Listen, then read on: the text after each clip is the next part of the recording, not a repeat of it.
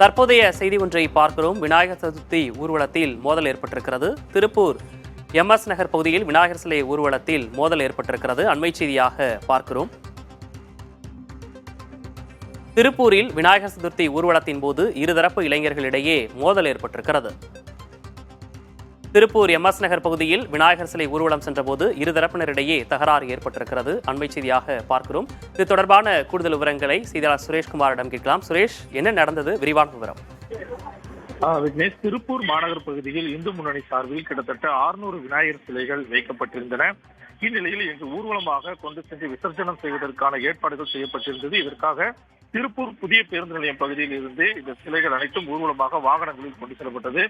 திருப்பூர் மாநகர் முக்கிய பகுதியான டவுனால் வழியாக ஆலங்காடு பகுதியில் நடைபெறக்கூடிய இந்து முன்னணி பொதுக்கூட்டத்திற்கு வருவதற்காக அனைத்து சிலைகளும் ஊர்வலமாக வந்து கொண்டிருந்த போது MS நகர் பகுதியில் இரு தரப்பினரிடையே மோதல் ஏற்பட்டிருக்கிறது. அதாவது தங்கள் பகுதி விநாயகரை முன்னாடி கொண்டு போகணும் அப்படின்னு சொன்னதாகவும் அதற்கு பின்னே வந்த வாகனத்தில் இருந்த இளைஞர்கள் மறுப்பு தெரிவித்ததாகவும் இதனால் இரு தரப்பினரிடையே மோதல் ஏற்பட்டதாகவும் முதல் கட்ட தகவல் தெரிவிக்கின்றனர். இருந்த போதிலும் உடனடியாக பாதுகாப்பு பணியில் இருந்த காவலர்கள் பயங்கரமாக மோதிக்கொண்ட இளைஞர்களை அந்த பகுதியில் இருந்து விரட்டி அடித்தனர். அதன் பின்னர் யார் யார் இந்த மோதலில் ஈடுபட்டது என்பது குறித்த தகவலையும் சேகரித்து வருகிறார்கள்.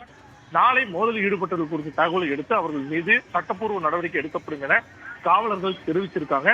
இருந்த போதிலும் தற்சமயம் ஊர்வலம் தொடர்ந்து நடைபெறுவதால் பாதுகாப்பு பணியிலும் காவலர்கள் கவனம் செலுத்த வேண்டியுள்ளதால் தற்சமயம் இந்த மோதலை கலைக்கும் பணியில் மட்டும் ஈடுபட்டு தொடர்ந்து ஊர்வலத்தை பாதுகாப்புடன் நடத்துவதற்கான ஏற்பாடுகளை மேற்கொண்டிருக்கிறார்கள். விக்னேஷ், விவரங்களுக்கு நன்றி சுரேஷ்.